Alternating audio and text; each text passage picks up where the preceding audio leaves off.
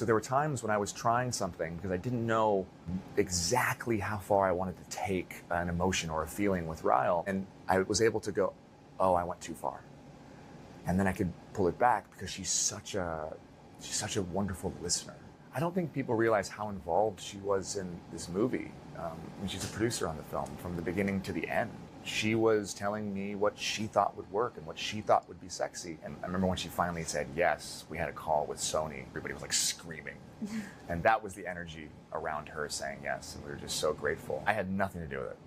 I mean, this is all Blake. Her and Ryan together are something else. But this was all Blake.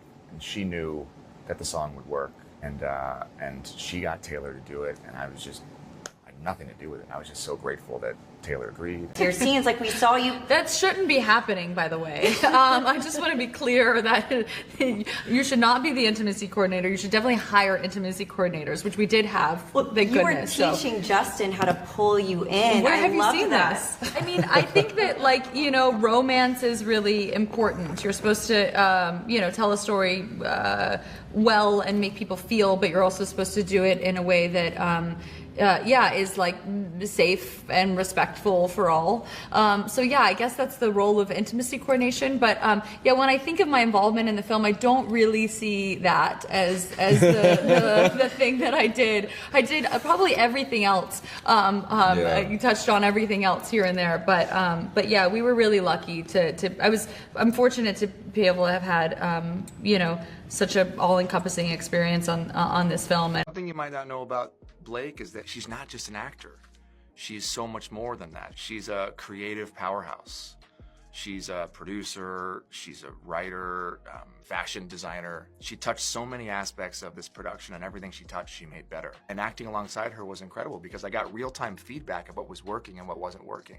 I can only be so objective as I'm the character. Getting to act and play Ryle while she's playing Lily and seeing, oh, if I go too far in this direction, her performance changes in real time because she's so responsive and she's so reactive. It actually really helped me in the directing process, directing myself, because I had somebody who was just, it's like the difference between driving, you know, maybe like a Toyota Camry, no offense to Toyota Camrys, or like a Ferrari. You're like acting with somebody who's like a Ferrari of an actor, and you move a little bit and then they respond. And it really was incredible just in terms of helping me craft the performance. I think all of the scenes showcasing gender-based violence, I think that was very hard for me. I almost had to step out of my body. There were a lot of times, even thinking about it is hard. There were a lot of times where I have to go privately into a room and just cry or shake it out and try to get him out of me and that energy out of me, because it's too real. Too many people that are the real-life Lily Blooms of the world that have to deal with that every single day.